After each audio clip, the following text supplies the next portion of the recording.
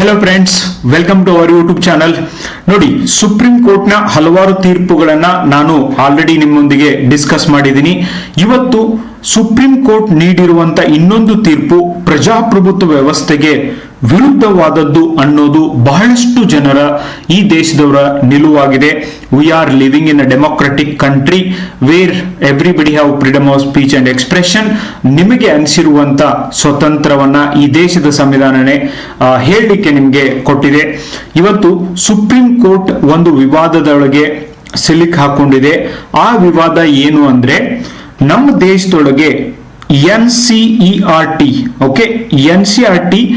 Books ಅಂತ ಏನ್ ಬರ್ತವೆ, ಈ ಪುಸ್ತಕವನ್ನ 8th ಸ್ಟ್ಯಾಂಡರ್ಡ್ ನಲ್ಲಿರುವಂತ ಸಮಾಜ ವಿಜ್ಞಾನ ಪುಸ್ತಕವನ್ನ ನಾನು ಕೂಡ ಓದಿದ್ದೀನಿ.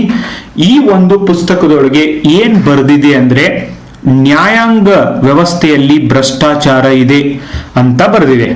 ಈಗ ಸುಪ್ರೀಂ ಕೋರ್ಟ್ ಏನ್ ಹೇಳ್ತಾ ಇದೆ ಅಂದ್ರೆ, how can you say like that? ನೀವು ಹೆಂಗ್ ಹೇಳಕ್ಕೆ ಸಾಧ್ಯ? ನ್ಯಾಯಾಂಗದೊಳಗೆ ಹೆಂಗ್ ಭ್ರಷ್ಟಾಚಾರ ಇದೆ? ಜಡ್ಜಸ್ಗಳು ಸಿಟ್ಟಿಗೇರಿ ಮಾತಾಡಕ್ ಶುರು ಮಾಡಿದ್ದಾರೆ. ನ್ಯಾಯಾಂಗ ವ್ಯವಸ್ಥೆಯೊಳಗೆ ಯಾವುದೇ ರೀತಿಯಾದಂತಹ ಭ್ರಷ್ಟಾಚಾರ ಇಲ್ಲ.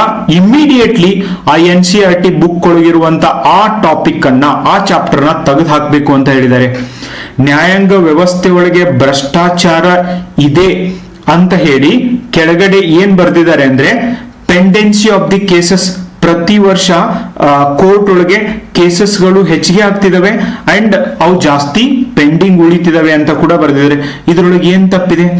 Across India including session court, district court, ಆಮೇಲೆ ಹೈಕೋರ್ಟ್, ಸುಪ್ರೀಂ ಕೋರ್ಟ್, ಇವೆಲ್ಲದ್ರೊಳಗೂ ಸೇರ್ಬಿಟ್ಟು ಮೋರ್ ದೆನ್ 5 crore 5 ಕೋಟಿಗೂ ಅಧಿಕ ಕೇಸಸ್ಗಳು ಪೆಂಡಿಂಗ್ ಇದಾವೆ.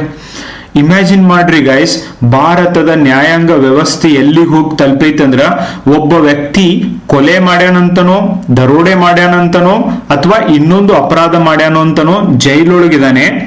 ಅಂಡ್ ಜೈಲೊಳಗೆ ಅವನು ಕೇಸ್ ಹಾಕಿ 20 ವರ್ಷ ಆಗಿದೆ, ಅವನು ತೀರು ಹೋಗಿ 10 ವರ್ಷ ಆಗಿದೆ, ಅವನು ಸತ್ತು ಹೋಗಿ 10 ವರ್ಷ ಆಗಿದೆ. ಆವಾಗ ಜಜ್ಮೆಂಟ್ ಬಂದಿದೆ. ಎಷ್ಟೋ ಕೇಸ್ಗಳಲ್ಲಿ ಹಿಂಗಾಗಿದೆ. ಯಾರು ಇನ್ಫ್ಲುಯೆನ್ಸ್ ಮಾಡ್ತಾರೆ ಈ ದೇಶದೊಳಗೆ, ರೇಪ್ ಮಾಡೋರ್ಗೆ, ಆಮೇಲೆ ಕೊಲೆ ಮಾಡೋರ್ಗೆ, ಇದೇ ಒಂದು ನ್ಯಾಯಾಂಗ ವ್ಯವಸ್ಥೆ ಒಳಗೆ ಬೇಲ್ ಸಿಗ್ತಾ ಇದೆ. ಅಂಡ್ ಇಷ್ಟೆಲ್ಲ ಈ ವ್ಯವಸ್ಥೆ ಒಳಗೆ ಸಮಸ್ಯೆ ಇದ್ರೂ ಕೂಡ ಇವತ್ತು ಸುಪ್ರೀಂ ಕೋರ್ಟ್ ಹೇಳ್ತಾ ಇದೆ, ಇಂಪಾಸಿಬಲ್, ನ್ಯಾಯಾಂಗ ವ್ಯವಸ್ಥೆಯಲ್ಲಿ ಯಾವುದೇ ರೀತಿಯಾದಂತಹ ಭ್ರಷ್ಟಾಚಾರ ಇಲ್ಲ. ಇಂಥ ಒಂದು ವಿಷಯಗಳನ್ನ ಶಾಲಾ ಪಠ್ಯ ಪುಸ್ತಕದೊಳಗೆ ಹೇಳಬಾರ್ದಂತೆ. ನೋಡ್ರಿ ಗೈಸ್, ಈ ಒಂದು ವಿಡಿಯೋನ ನೀವೆಲ್ಲರೂ ಕರೆಕ್ಟ್ ಆಗಿ ಕೇಳಿಸ್ಕೊಳ್ರಿ. ಯಾರ್ಯಾರೆಲ್ಲ ಜೀವಂತವಾಗಿ ದೇಶದೊಳಗೆ ಬದುಕ್ತಾ ಇದೀವಿ, ಪ್ರಜಾಪ್ರಭುತ್ವ ವ್ಯವಸ್ಥೆ ಒಳಗೆ ಇದೀವಿ ಅಂತ ನಿಮಗನ್ಸುತ್ತೆ, ನಿಮ್ಮ ಫ್ರೆಂಡ್ಸ್ ಒಂದಿಗೂ ಕೂಡ ಈ ವಿಡಿಯೋನ ಶೇರ್ ಮಾಡ್ರಿ. ಅಂಡ್ ನಿಮ್ಮ ಒಪಿನಿಯನ್ ನ ತಿಳಿಸೋದನ್ನ ಮರಿಬೇಡಿ. ಈಗ ಕಮೆಂಟ್ ಬಾಕ್ಸ್ ಒಳಗೆ ತಿಳಿಸ್ರಿ, ನಮ್ಮ ದೇಶದೊಳಗೆ, ನಮ್ಮ ಸಮಾಜದೊಳಗೆ ಭ್ರಷ್ಟಾಚಾರ ಐತೋ ಇಲ್ಲೋ? ನಾನಂತೂ ನನ್ನ ಒಂದು ವೈಯಕ್ತಿಕ ವಿಚಾರದೊಳಗೆ ಎಸ್, ಭ್ರಷ್ಟಾಚಾರ ಅನ್ನೋದು ಹಿಂದೂ ಇತ್ತು, ಈಗೂ ಇದೆ, ಮುಂದೂ ಇರುತ್ತೆ. And it is a continuing process. ಯಾಕಂದ್ರೆ ದುಡ್ಡು ಕೊಡೋರು ಕೂಡ ಕಮಿಟ್ ಆಗಿದ್ದಾರೆ. ಎಸ್, ನಾನು ದುಡ್ಡು ಕೊಟ್ರೆ ನನ್ನ ಕೆಲಸ ಆಗುತ್ತೆ ಅಂತ. ಅಂಡ್ ದುಡ್ಡು ತಗೊಳ್ಳೋರಂತೂ ಕೋರ್ಸ್ ಕೂತೇ ಇದ್ದಾರೆ. ದಿಸ್ ಇಸ್ ವಾಟ್ ಭ್ರಷ್ಟಾಚಾರ. ಹಂಗಂದ್ರೆ ನಮ್ಮ ಸಮಾಜದೊಳಗೆ ಭ್ರಷ್ಟಾಚಾರ ಇದ್ದೇ ಇದೆ ಅಂದ್ಮೇಲೆ ಸುಪ್ರೀಂ ಕೋರ್ಟ್ ನಮ್ಮ ಸಮಾಜದ ಭಾಗ ಅಲ್ವಾ ಹಂಗಂದ್ರೆ? ಅಂಡ್ ಎಷ್ಟೋ ಬಾರಿ ಸುಪ್ರೀಂ ಕೋರ್ಟ್ ನಲ್ಲಿ ಜಡ್ಜಸ್ಗಳನ್ನ ಯಾರು ಅಪಾಯಿಂಟ್ ಮಾಡ್ತಾರೆ? ಜಡ್ಜಸ್ಗಳೇ ಜಡ್ಜಸ್ಗಳನ್ನ ಅಪಾಯಿಂಟ್ ಮಾಡ್ತಾರೆ. India is the only country wear judges var appointed by judges. Allahabad high court ಅಲ್ಲಿ ತೆಗೆದು ನೋಡಿ ನೀವು ರೆಕಾರ್ಡು, ಒಂದೇ ಕುಟುಂಬದಿಂದ 5 ಜನ ಜಡ್ಜಸ್ ಇದ್ದಾರೆ. How can it possible? ಇಲ್ಲಿ ನೋಡಿದ್ರೆ ಸುಪ್ರೀಂ ಕೋರ್ಟ್ ಹೇಳ್ತಾ ಇದೆ there is no corruption in judiciary ಅಂತ ಹೇಳ್ಬಿಟ್ಟು. ಹಾಗಾದ್ರೆ ಜಡ್ಜಸ್ಗಳನ್ನ ಅಪಾಯಿಂಟ್ ಮಾಡುವಂತ ವ್ಯವಸ್ಥೆಯೊಳಗೆ ಯಾಕೆ ಸುಧಾರಣೆ ತಂದಿಲ್ಲ? ರೀಸೆಂಟ್ಲಿ ಸೀನಿಯರ್ ಮೋಸ್ಟ್ ಜಡ್ಜ್ ಇರುವವ್ರನ್ನ ಸುಪ್ರೀಂ ಕೋರ್ಟ್ ಅಲ್ಲಿ ಚೀಫ್ ಜಸ್ಟಿಸ್ ಆಫ್ ಇಂಡಿಯಾ ಮಾಡಬೇಕು ಅಂತ ಇದೆ. ಎಷ್ಟೋ ಬಾರಿ ಜೂನಿಯರ್ ಇದ್ದವರನ್ನ ಪ್ರಮೋಟ್ ಮಾಡಿ ಚೀಫ್ ಜಸ್ಟಿಸ್ ಆಫ್ ಇಂಡಿಯಾ ಮಾಡಿದ್ದಾರೆ. ಎಸ್, ಇಂದಿರಾ ಗಾಂಧಿ ಸಮಯದೊಳಗೂ ಮಾಡಿದ್ದಾರೆ. ಅಂಡ್ ರೀಸೆಂಟ್ಲಿ ಈ ಒಂದು ಕಲೇಜಿಯಂ ನಲ್ಲಿ 3 ಜನ ಜಡ್ಜಸ್ ಇದ್ದು ಟೋಟಲ್ 5 ಜನ ಇರ್ತಾರೆ. ಅದರೊಳಗೆ ಯಾರು ಅಪೋಸ್ ಮಾಡ್ತಾರೆ ಯಾರ್ದೋ ಒಬ್ರು ಜಡ್ಜಸ್ ಹೆಸರನ್ನ ಒಬ್ರು ಜಡ್ಜ್ ಅಪೋಸ್ ಮಾಡಿದ್ರೆ ಅದನ್ನು ಕೂಡ ಕನ್ಸಿಡರ್ ಮಾಡಬೇಕು ಅಂತ ಇದೆ.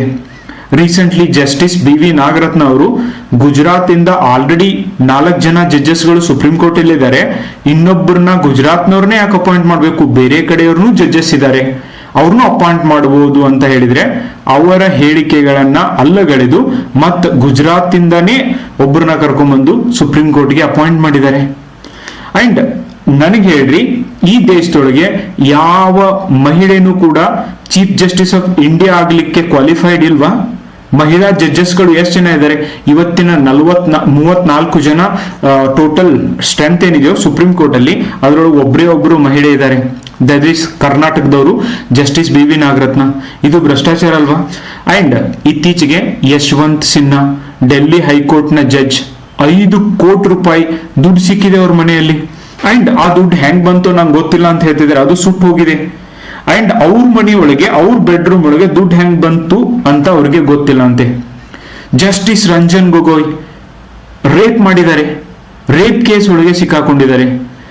Justice AK Ganguly, okay, number of ಜಡ್ಜಸ್ಗಳು ಸುಪ್ರೀಂ ಕೋರ್ಟ್ ಹೈಕೋರ್ಟ್ ಅಲ್ಲಿ ಇರುವಂತಹ ಹೈಯೆಸ್ಟ್ ಪೊಸಿಷನ್ ಅಲ್ಲಿರುವಂತಹ ಜಡ್ಜಸ್ಗಳು ರೇಪ್ ಮತ್ತೆ ಭ್ರಷ್ಟಾಚಾರದ ಕೇಸ್ ಒಳಗೆ ಸಿಕ್ಕಾಕೊಂಡಿದ್ದಾರೆ.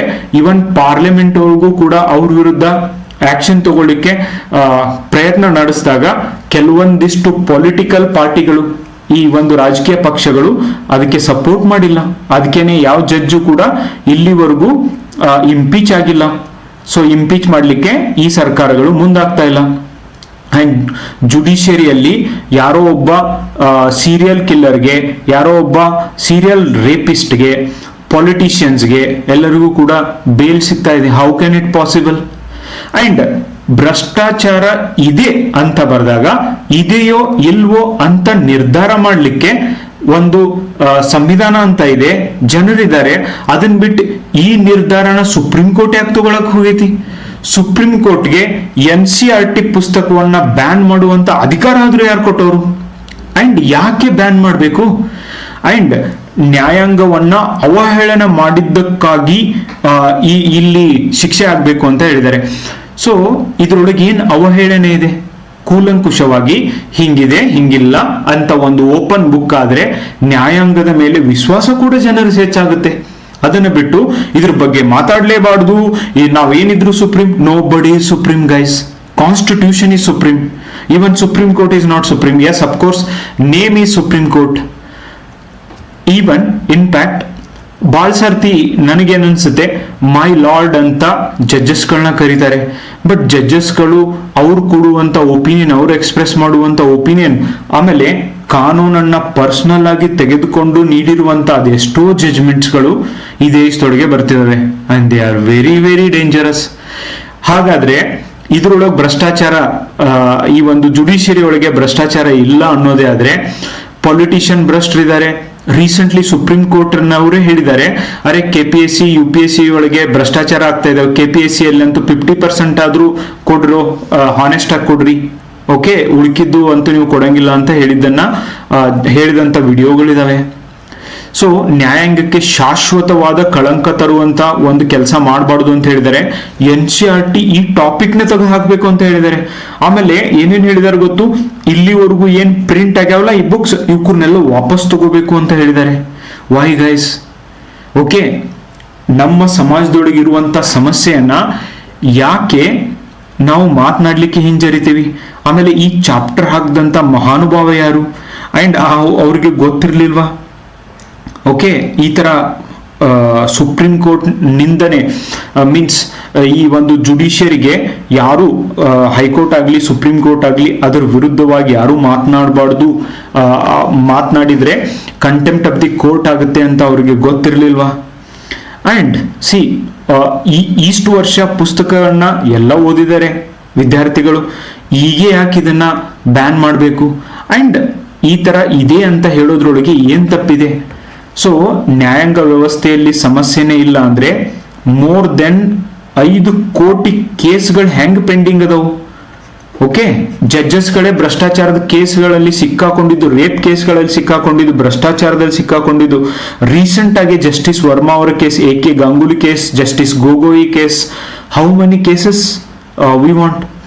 ಓಕೆ, ಆಮೇಲೆ ಈ ಒಂದು ರಿಸರ್ವೇಶನ್ ಮೀಸಲಾತಿ ವ್ಯವಸ್ಥೆ ಕುರಿತು ದೇಶಾದ್ಯಂತ ಕಾಂಟ್ರವರ್ಸಿ ಆಗಿದ್ದಾವೆ. ಓಕೆ, MP ಮಧ್ಯಪ್ರದೇಶದೊಳಗೆ 73% ರೀಚ್ ಆಗಿದೆ ಮೀಸಲಾತಿ ವ್ಯವಸ್ಥೆ. ಅರೆ, ಈ ದೇಶವನ್ನ ಎಲ್ಲಿಗೆ ತಗೊಂಡು ಹೊಂಟೇವಿ? ಈ ಕೇಸು ಸುಪ್ರೀಂ ಕೋರ್ಟ್ಗೆ ಹೋದ್ರೆ ಸುಪ್ರೀಂ ಕೋರ್ಟ್ ಹೇಳೈತಿ ಇದನ್ನೆಲ್ಲ ನನಗೆ ಗೊತ್ತಿಲ್ಲ, ಇದನ್ನ ಮಧ್ಯಪ್ರದೇಶ ಹೈಕೋರ್ಟೇ ಏನ್ ಮಾಡುತ್ತೆ ಅದೇ ಸಾಲ್ವ್ ಮಾಡಬೇಕು ಅಂತ. Then why it is called supreme court? ಅರೆ, ಬಾಳ್ ಸರ್ತಿ ಹೈಕೋರ್ಟ್ ಕೊಟ್ಟಿರುವಂತ ಜಡ್ಜ್ಮೆಂಟ್ಸ್ ಗಳನ್ನ ಇಲ್ಲ ನಿಮ್ಮ ಅಂಡರ್ ಅದು ಬರೋದಿಲ್ಲ, ಅದನ್ನ ನಮ್ಗೆ ಕಳಿಸ್ಬೇಕು ಅಂತ ಹೇಳುವಂತ ನ್ಯಾಯಾಂಗ ಇಂಥ ಕೇಸ್ ನಲ್ಲಿ ಯಾಕೆ ಬೋಲ್ಡ್ ಡಿಸಿಷನ್ ತಗೊಳ್ತಾ ಇಲ್ಲ? NCERT ಬುಕ್ ನ ಇಮಿಡಿಯೇಟ್ಲಿ ಬ್ಯಾನ್ ಮಾಡಬೇಕು, NCERT ಬುಕ್ ನ ಡಿಸ್ಟ್ರಿಬ್ಯೂಟ್ ಮಾಡಬಾರ್ದು, ಡಿಸ್ಟ್ರಿಬ್ಯೂಟ್ ಮಾಡಿದ್ದನ್ನು ತಗೋಬೇಕು ಅಂತ ಹೇಳುವಂತ ಸುಪ್ರೀಂ ಕೋರ್ಟ್ ಈ ದೇಶದೊಳಗೆ ಭ್ರಷ್ಟಾಚಾರದಲ್ಲಿ ಭಾಗಿಯಾದವ್ರಿಗೆ ಏನು ಹಾರ್ಶ್ ಪನಿಷ್ಮೆಂಟ್ ಕೊಡ್ಬೇಕು ಅಂತ ಹೇಳ್ತಾ ಇಲ್ಲ. ಅದು ಆದ್ಮೇಲೆ ಮೀಸಲಾತಿ ಅಂತ ವ್ಯವಸ್ಥೆಯನ್ನ ತೆಗೆದು ಹಾಕಬೇಕು ಅಂತ ಹೇಳ್ತಾ ಇಲ್ಲ. ಯಾರು ಕ್ರಿಮಿನಲ್ ಕೇಸ್ ಇದಾವೆ, ಯಾರ ಮೇಲೆ ಕ್ರಿಮಿನಲ್ ಕೇಸ್ ಇದಾವೆ ಅಂತವ್ರು ರಾಜಕಾರಣಿ ಆಗ್ಬೇಕು ಅಂತ ಹೇಳ್ತಾ ಇಲ್ಲ. ರಾಜಕೀಯ ಪಕ್ಷದೊಳಗೆ ಸುಧಾರಣೆ ತರಬೇಕು ಅಂತ ಹೇಳ್ತಾ ಇಲ್ಲ. ಇಂಥವಕ್ಕೆಲ್ಲ ಸ್ಟ್ರಿಕ್ಟ್ ಆಕ್ಷನ್ ತಗೊಳ್ತಾ ಇಲ್ಲ. ವೈ? ಅಂಡ್ ಅದ್ರ ಬಗ್ಗೆ ಮಾತನಾಡಿದ್ರೆ ಹಿಂಗೆ ಇಮಿಡಿಯೇಟ್ಲಿ ಬುಕ್ ನ ಬ್ಯಾನ್ ಮಾಡ್ತಾರೆ. ಬ್ಯಾನ್ ಮಾಡೋ ಅಧಿಕಾರ ಆದ್ರೂ ಯಾರು ಕೊಟ್ಟಿದ್ದು? And there is a freedom of speech and expression article 19 ಅಲ್ಲಿ ಏನ್ ಅನ್ಸುತ್ತೆ ಅದನ್ನ ಹೇಳಲಿಕ್ಕೆ ಅಧಿಕಾರ ಇದೆ. ಅಂಡ್ ಮೈ ಲಾರ್ಡ್ ಅಂತೀವಿ ಅಂಡ್ ಜುಡಿಷರಿಗೆ ನಾವು ತಲೆ ಬಾಗ್ತೀವಿ. It doesn't mean that judiciary ಏನ್ ಬೇಕಾದ್ ಮಾಡಿದ್ರು ನಡೆಯುತ್ತೆ ಅಂತ. And it's a democratic country, it is a part of system and pillar of our democratic system. ಇಲ್ಲಿ ಹಾನೆಸ್ಟಿ ಅನ್ನೋದಿತ್ತು, ಇಲ್ಲಿ ಒಂದು ಜನರಿಗೆ ನಂಬಿಕೆ ಇತ್ತು. Then only this democratic can survive guys. Otherwise surviving this democracy is very very challenging. ಅದು ಶಾಲಾ ಮಟ್ಟದೊಳಗೆ, college ಮಟ್ಟದೊಳಗೆ ಇಂಥ ವಿಷಯಗಳನ್ನ ಓಪನ್ ಆಗಿ ಡಿಬೇಟ್ ಮಾಡುವ ಅವಶ್ಯಕತೆ ಇದೆ, ಡಿಸ್ಕಷನ್ ಮಾಡುವ ಅವಶ್ಯಕತೆ ಇದೆ. ಈ ದೇಶದೊಳಗೆ ಒನ್ ಬಿಗ್ಗೆಸ್ಟ್ ಪ್ರಾಬ್ಲಮ್ ಏನು ಅಂದ್ರೆ awareness. Public mind is always short. ಇವತ್ತು ಏನೋ ಆಗಿದೆಯಾ, ನಾಳೆ ಇನ್ನೊಂದು ವಿಷಯ ಬಂದಿರುತ್ತೆ, ನಾಡಿದ್ದು ಇನ್ನೊಂದು ವಿಷಯ ಬರುತ್ತೆ, ಅದು ಆದ್ಮೇಲೆ ಇನ್ನೊಂದು ವಿಷಯ ಬರುತ್ತೆ. Why? So why we are not talking about it? Why teachers are not discussing these things in India? And corruption, ಭ್ರಷ್ಟಾಚಾರ ಇಲ್ವೇ ಇಲ್ಲ ಅಂದ್ರೆ ಸೊ ವಾಟ್? ಅದನ್ನ ಬ್ಯಾನ್ ಮಾಡೋ ಅವಶ್ಯಕತೆ ಆದ್ರೂ ಏನಿದೆ? ಸೊ ನಿಮಗೇನ್ ಅನ್ಸುತ್ತೆ ಗೈಸ್? ಸುಪ್ರೀಂ ಕೋರ್ಟ್ ಈ ಮರು ಮುದ್ರಣ ಮಾಡ್ಲಿಕ್ಕೆ ಕಳಿಸಿದ್ದು ಮತ್ತೆ ನ್ಯಾಯಾಂಗ ವ್ಯವಸ್ಥೆಯೊಳಗೆ ಭ್ರಷ್ಟಾಚಾರ ಇಲ್ಲ ಅಂತ ಹೇಳಿ ಕೇಳಿದ್ದು ಎಷ್ಟರ ಮಟ್ಟಿಗೆ ಸರಿ? ಅಂಡ್ ನಿಮ್ಮ ಅನಿಸಿಕೆ ಏನು? ನಿಮ್ಗೇನ್ ಅನ್ಸುತ್ತೆ? ನ್ಯಾಯಾಂಗ ವ್ಯವಸ್ಥೆಯಲ್ಲಿ, ಪೊಲೀಸ್ ವ್ಯವಸ್ಥೆಯಲ್ಲಿ ಭ್ರಷ್ಟಾಚಾರ ಇಲ್ವಾ?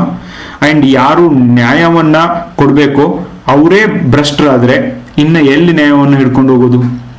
And justice delayed is justice denied ಅಂತ ಹೇಳ್ತಾರೆ. ಒಬ್ಬ ವ್ಯಕ್ತಿ ಕೊಲೆ ಕೇಸ್ನೊಳಗೆ ಅರೆಸ್ಟ್ ಆಗಿ 20 ವರ್ಷ ಜೈಲ್ ಶಿಕ್ಷೆನ ಅನುಭವಿಸಿದಾನೆ. 20 ವರ್ಷ ಅನುಭವಿಸಿದ ಮೇಲ್ ಗೊತ್ತಾಗುತ್ತೆ ಆಕ್ಚುಲಿ ಕೊಲೆ ಮಾಡಿದವನು ಇವ ಅಲ್ಲ ಬೇರೆದವನು ಅಂತ. ಇಂಥವದೆಷ್ಟೋ ಕೇಸ್ಗಳು ಈ ದೇಶದೊಳಗೆ ಇದಾವೆ. ಅಂಡ್ ಇದನ್ನ ಕೂಲಂಕುಷವಾಗಿ ಸರಿಯಾಗಿ ಯೋಚನೆ ಮಾಡದೆ, ವಿಚಾರ ಮಾಡದೆ ಈ ತರ ಒಂದು ಜಡ್ಜ್ಮೆಂಟ್ ನ ಕೊಡ್ತಾ ಇರೋದು ಎಷ್ಟರ ಮಟ್ಟಿಗೆ ಸರಿ? ಸುಪ್ರೀಂ ಕೋರ್ಟೇ ಹೇಳಿದೆ 2010 KAS ಬ್ಯಾಚ್ನವ್ರಿಗೆ ಭ್ರಷ್ಟಾಚಾರ ಆಗಿದೆ, ಯಾವುದೇ ಕಾರಣಕ್ಕೂ ಅವರಿಗೆ ಆರ್ಡರ್ ಕಾಪಿ ಕೊಡಬೇಡ ಅಂತ. ಸರ್ಕಾರ ಯಾಕೆ ಕೊಟ್ಟಿದೆ? ಕೊಟ್ಟರು ಯಾಕೆ ಏನು ಮಾಡ್ತಾ ಇಲ್ಲ? ಇದೇ ಸುಪ್ರೀಂ ಕೋರ್ಟ್ ಹೇಳಿದೆ 1992 ಅಲ್ಲಿ ಇಂದಿರಾ ಸಾಹ್ನಿ ಕೇಸ್ ಒಳಗೆ ರಿಸರ್ವೇಶನ್ ವ್ಯವಸ್ಥೆ ಯಾವುದೇ ಕಾರಣಕ್ಕೂ 50% ಮೀರಬಾರ್ದು ಅಂತ.